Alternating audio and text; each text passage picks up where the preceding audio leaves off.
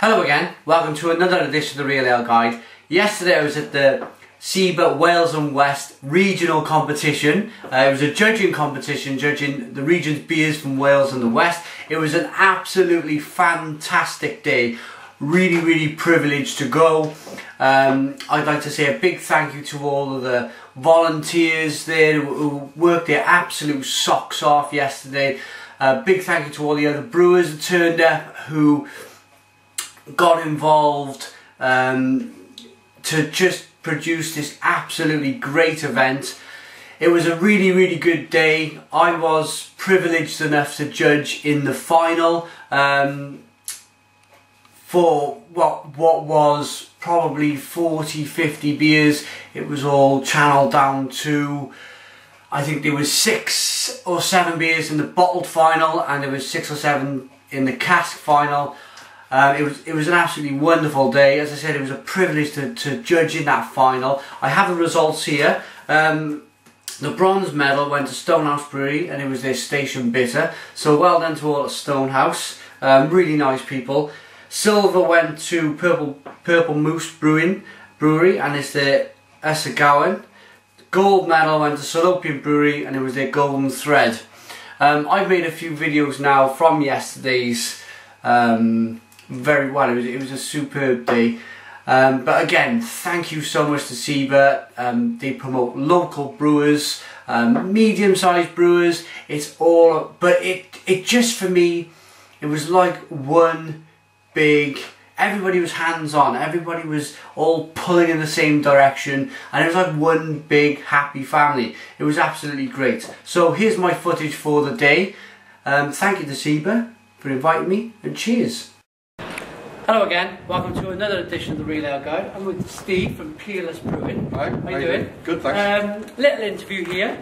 Steve, what's your history with brewing? What's obviously the first beer you ever tried which you actually liked, and what made you get into brewing beer yourself? What made me get into brewing beer was home brewing. Okay. And I got into it because I couldn't afford it. Yeah. So it's back in the 70s, I'm afraid. It's a long time ago. First one was probably a Caxton bitter kit. Right. It was bloody awful. But it stemmed from there. We just got into it more and more. Favourite beers over the years, it's changed. I mean, I love things like Timothy Taylor's Landlord, yeah, advertising everybody else's. I like darker beers as well, so things like Hobgoblin, those styles of beers. Yeah. But I like them all. Yeah. Well, we're here judging at the SIBA Wales and West. We found a nice place in Ludlow Castle to film here, but we've got a range of your beers that I'm going to take back to review. If I hold these up to the camera, can you explain each one? Yeah, the first one is Red Rocks, which is this beer on the left hand side. Okay. That's a 5% dark ruby ale. Nice and dark, loads of crystal malt, chocolate malt, quite a complex multi-layered beer. The one in the centre, that's the award winner. That was SIBA National Award winner for specialty beers. Oh, fantastic. Oh, it was really great for us. Done really well with that. And that's a Ginger Ninja. Ginger beer, alcoholic 4%, lots of ginger, chilies and lemons going on there. Wonderful. It's a real mix. And on this one side, the Hilbury Gold, named after a local island, it's a typical English golden ale. Lovely. And again, that was a SIBA medal win as well. Won golden ale, best golden ale for the north of England. Nice and hoppy, East Kent Goldings, Pioneer, really nice and hoppy. Okay. Yeah, we'll get these reviewed on the channel shortly. But now, where do you see Peerless Brewing going into the future? More of the same currently. We've only been going for 3 years, so we've still got a long way to go. Okay. But we'd like our beers to spread further afield. Yeah. Maybe start pushing them nationally, and maybe getting our own pubs in a couple of years. Yeah. No, that's a good way to go forward. And the next question I've got for you is, have you got anything new brewing? Have you got anything special? Well, at the moment we're doing a range of American ales, American themed beers. By American themed, I mean American hopped. Yeah. So we've done the first one was Lone Rider. The next one we're doing was a red ale, which is unusual, but an American malt beer. And then finally we've done one called All American, and it's going to be a full-on 5.2, very hoppy, loads of sort of citrus finish on it. That's out next week. my obvious question to you is, you bottling it? I'm not at the moment. I might have to. Okay. Well, thanks for the interview, Steve. Cheers. Pleasure. Website is www.peerlessbrewing.co.uk. Check out their beers. Check out the beers on the channel. We'll be reviewing shortly. And cheers. Cheers. Thank you, Steve. Thanks again. Cheers. Hello again. Welcome to another edition of the Real Ale Guide. I'm joined by Tom, Camra, and you're the magazine's publisher. Well, I'm the magazine editor. I edit What's Brewing and Beer magazine. What's Brewing is a monthly newspaper that goes out to all Camra members, and Beer is a quarterly magazine that goes out to all Camra members. Fantastic, fantastic. So the first question I got to you is, what got you into good beer? Not this stuff you clean your windows in, you know? Good beer, I discovered it when I was at university. I went to Newcastle University, and we discovered good community pubs, and we discovered good real ale, and we discovered the great people that drink in the community real pubs. Is that what made you join Camra? The fact that, wow, there's this good product out there which people need to know about? To be actually honest, no, I didn't join Camra for quite a long time. And actually, I wrote about beer and pubs and all sorts of alcohol for a trade newspaper for a long time before I joined Camra. But I'd always appreciated real ale, and I'd always thought that this was, the best thing to drink, even though I hadn't been a member of Camra.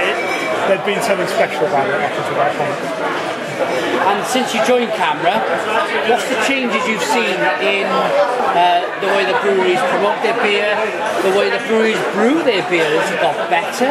Is it? I think we've seen a lot more small breweries, we've seen a lot more local breweries. I think if you go to any place in the country now, you can chuck a pint glass in any direction and you'll hit a good little local brewery. Yeah. I think people are doing really interesting things with flavours. I think they're being a bit more adventurous with their beers. I think they're taking inspiration from all over the world. I think there's a place for good sessionable brown beers, but I also think every brewery, as well as their good sessionable beer, has got some incredible special seasonal beers as well, which are just blown through the socks. You touched on it earlier with world beers. Do you think the Americans are really pioneering the craft beer and real ale revolution? I think Americans are doing some really interesting stuff in terms of very heavily hopped beers. I think they're really packing over flavour. But at the end of the day, the American craft beer revolution was inspired by the British brewing revolution. And the great thing about beer is people take it on. No one owns it, no one can say we invented it. Everyone is standing on the shoulders of giants. They are taking on what has been established. They're taking on what's been established by established breweries, by big breweries, by small breweries, and they're just taking on what they want it to. And I don't like when people claim that they've invented something or they're doing something brand new. Yeah. What they're doing is they're just developing this great real ale environment. How's the quality feel this year at the SIBA conference and your Camra conferences, the judging competitions? Are you finding the quality and the competition is getting better and better as the years go on? I think that it's difficult to say. Because there's so many breweries out there and so many beers, you're going to get a wide range of quality, you're going to get a wide range of flavours. I think what everyone is concentrating on is quality, from the brewery vessels all the way up to how it's served and how it's looked after in pubs. Because the big danger with real ale is that if someone picks up a bad pint, they think that is representative of all real ale. And that does the industry no good at all. So everyone involved in the process, from brewing it to serving, is to make sure that pint of beer is the best they can. Because people, if they try real ale for the first time and they've got a bad pint, they say, that's it, I'm going to go back to Lyra. And I'd be lying to say you don't get some bad real ales out there. You get some badly packed real ales, you get some badly brewed real ales. Thankfully, today, everything I've tasted has been fantastic. You do occasionally turn up in a pub and you get a real ale that would not convince you to drink another one, and we need to concentrate on that. My next question is a slightly controversial one, but I have to ask it. Do you think the government with their, I mean, you don't have to answer this, but the government with their taxing of beer. This tax duty escalated on beer. Is it, for me, the way I look at it is, it's almost an attack of our culture. It's an attack of our history. Where do you sit with it? It's not a difficult question to answer. I think that tax is killing pubs. And pubs are the best place to drink brilliant British beers. And I think, as our chairman has said, as our CEO at Camra said, no other country would be taxing its indigenous industry to the point where it can't survive. And it just seems bizarre when we've got such a growing industry which is completely British, be taxing it to the extent where breweries and pubs are closing. And we can do something about it. We can sign the beer duty petition. We can tell government we want them to stop the escalator, to stop adding an automatic 2% plus inflation onto beer duty every year, and they can help preserve the very places where responsible drinking happens. And the government is keen on responsible drinking. Pubs are where responsible drinking happens. It's ridiculous to see taxing the places which are encouraging responsible, managed, moderate drinking, and making it far easier to buy cheap booze, poor quality booze, in supermarkets, taking it home and drinking it in an unregulated environment. And that makes no sense to me. That's an absolutely fantastic answer. I'm so glad to have got that one. Last question for you is, where do you see, on that note, where do you see beer in the future from 2012 onwards? And even though we have a great future with flavours and everything else, do you see a bright future for beer? I think I do. I'm certainly for real ale. Beer and real ale is growing within the sector. It's the only thing that's growing in the beer sector. It's the real ale part of the market. So I think I'm being really positive about it. I think if we can get the duty escalator stopped, I think if we can promote community pubs, I think if we can promote local breweries brewing great beers, I think drinkers want that in their pubs. They want to be able to buy a beer that goes down the road by a guy they know using great ingredients with a passion. And I think, like farmers markets, like organic food, like local food, this is what people want. They're sick of mass-marketed, mass-produced products, and that's where I see it going. And because it's brewed by local people with a passion, it means the flavours, the interest, the development is going to come from them. Absolutely, absolutely. Well, thank you, Tom, for joining me on this interview. Check Tom out at. Have you got a Twitter feed? I've got a Twitter feed. It's at WB&Beer. Check out the Camra website and join Camra and get Beer Magazine and What's Brewing because they're fantastic. Thank you. Promote good beer. Cheers, Tom. Thanks for joining me. Hello again. Welcome to another edition of the Real Ale Guide. I'm joined by Shane from Stonehouse Brewery in Shropshire and Addison. First of all, I've got to ask you, when did you first realise that you you tasted your first decent beer and you thought, wow, I want to do this for myself? It was back in 2000 actually, so when I first came to the UK, as you can tell by the accent, I'm not from here originally, and got off, it's a bit of a cliche, got off the plane and arrived in, what's that place where all the Aussies drink? I forget now. Earl's Court, that's what it is. Got up there, had a pint of real ale, I can't remember what it was, probably London Pride, something like that, and I just fell in love with this stuff. Never having had it before. I'd homebrewed since I was about 16, just starting off from tins and then going up to doing full mash brewing. And while I was here, got a taste of real ale, but Alice and I got together and we went back to Australia for, I think it was about a year, wasn't it, we were there. And while I was back there, again, couldn't get hold of the real ale, so just wanted to get back into brewing. And, so that's where we started it. We knew we were coming back here and just thought, well, we'll give it a go. So you come to the UK to open Stonehouse Brewery? Yeah, well, it was a longer story than that, of course, as it is with everyone. I mean, we started the business on bank loans and credit cards and a mortgage like a lot of people do, and so it took a few years of working a day job and deciding what we're going to do, reading books and making a bit of a plan. So I think it was about 3 years from making the decision before we actually brewed a pint. Fantastic. Okay, so did you decided on your core range before you've decided to open the brewery. We had an idea of about 2 or 3 of the beers. Okay. Since we opened them, we've expanded our range. We've now got 6 beers. But yeah, we knew we wanted to do a station bitter, which is a basic, traditional mass bitter style bitter. Okay. And we knew we wanted to do the wheel taps was one of the first ones as well, wasn't it? Yeah, it was the third one. Like wheat beers. It was a simple sort of progress, really. Wheel tappers here. Yeah, that's right. We did the station because again it's a session beer. After that we thought, something a bit different, so we went for a 4.2 golden ale.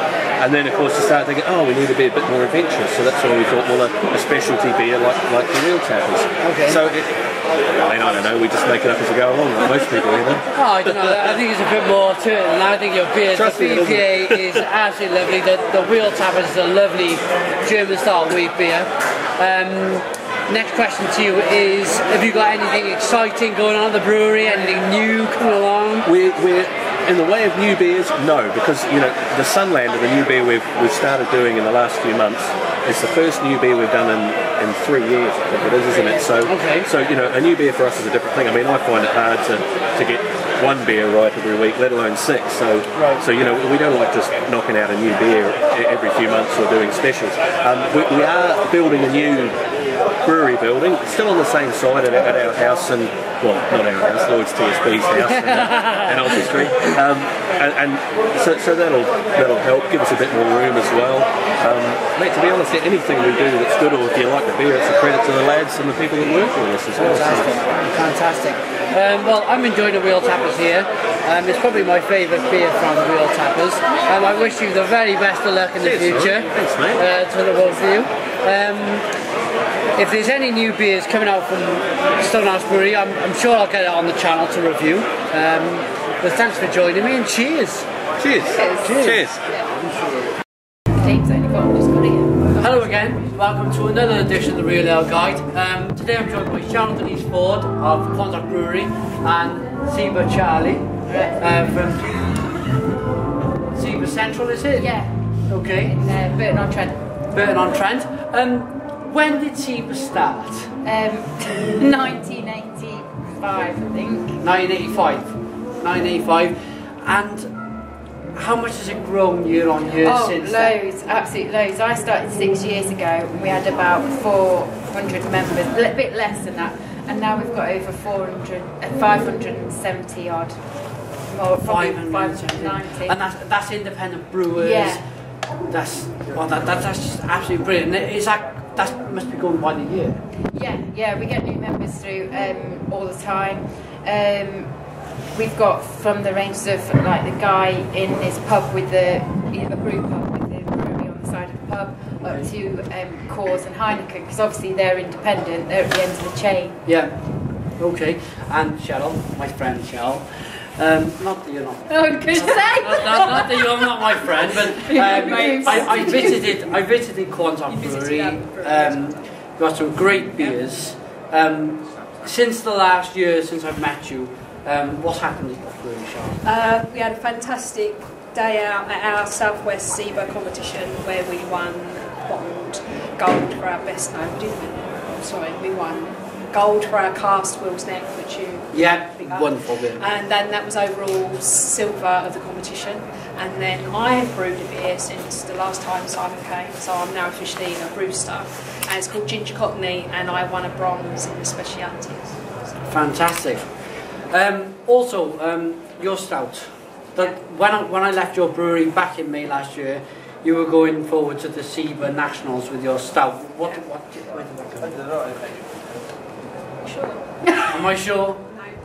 It was your stout was going... Our bottled stout won gold. Yeah, it won fantastic. gold overall. Okay. We then went forward to the nationals where we got a bronze, and then we went to the internationals and we got a bronze. So awesome. that's fantastic. Really Fantastic. a small brewery like us. No, brilliant. Absolutely brilliant. Well done to Quantock. Have you got anything new, exciting brewing in the pipeline? Because apparently you're coming to the brewery to brew your own beer, apparently. So a black IPA. A black IPA. To look out for that. Fantastic. Oh, well, thank you. Yeah, that's absolutely fantastic. You've got to pay your own train fare. Pay my own train fare. but make sure to check out the beer. Yeah, I do eat a lot, so I can pay for my own food. Thank you, Charlie. Yeah, no, thank you very much. Thank you very much. Thank you, Cheryl. Thanks for watching and cheers.